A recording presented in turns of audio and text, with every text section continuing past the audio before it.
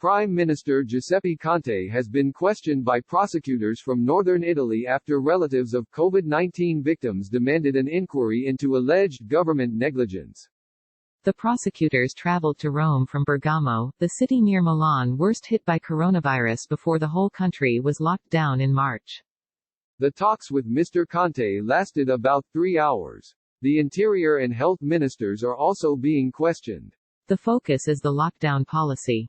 Relatives argue that virus hotspots should have been isolated earlier.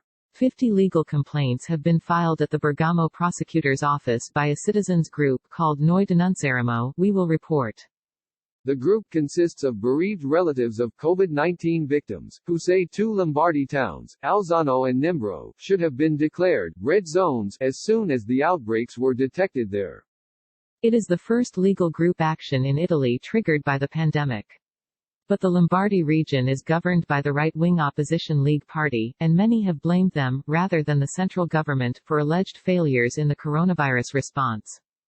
Besides Mr. Conte, the team led by Bergamo Chief Prosecutor Maria Cristina Rota is also questioning Italian Interior Minister Luciana Lamorgese and Health Minister Roberto Speranza on Friday.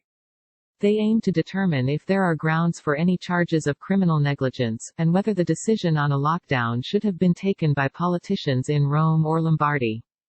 Earlier, Mr. Conte said he was not at all worried about the inquiry. Lombardy was where the virus first started spreading in Europe, and more than half the victims in Italy died in the region.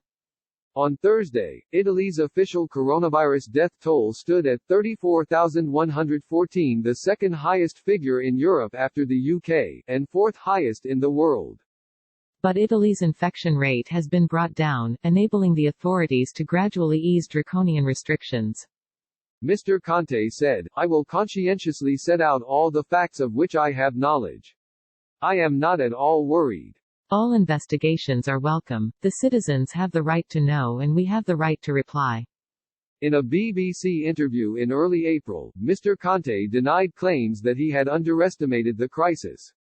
He said that if he had ordered a lockdown at the beginning, when the first virus clusters were detected, people would have taken me for a madman. He dismissed the suggestion that Italy could have rapidly imposed a big lockdown like the one in the Chinese city of Wuhan. Lombardy officials say locking down virus hotspots was a central government responsibility. The region's health minister Giulio Galera has said it was clear from the 23rd of February that Alzano and Nembro had many cases. But Mr. Conte, who heads a center-left coalition government, hit back by saying, if Lombardy had wanted to, it could have made Alzano and Nembro red zones, AFP news agency reported. The prosecutors have already questioned senior Lombardy officials. The little town of Codogno was first to be locked down, on the 21st of February. Then Lombardy and 14 provinces in the neighboring regions of Veneto, Piedmont and Emilia-Romagna were locked down on the 8th of March. 2 days later the lockdown was extended to the whole of Italy. In early March it was clear that hospitals in the Lombardy crisis zone were overwhelmed with COVID-19 patients and struggling with shortages of protective kit, beds and medical staff. BBC footage from a hospital in Brescia, near Bergamo, showed how doctors struggled with staggering numbers of COVID-19 patients, without medication to fight the virus. The widow of one victim, Monica Plazzoli, said, if it hadn't been so disorganized, if the province of Bergamo had been made into a red zone earlier, perhaps the hospitals would not have been driven to collapse.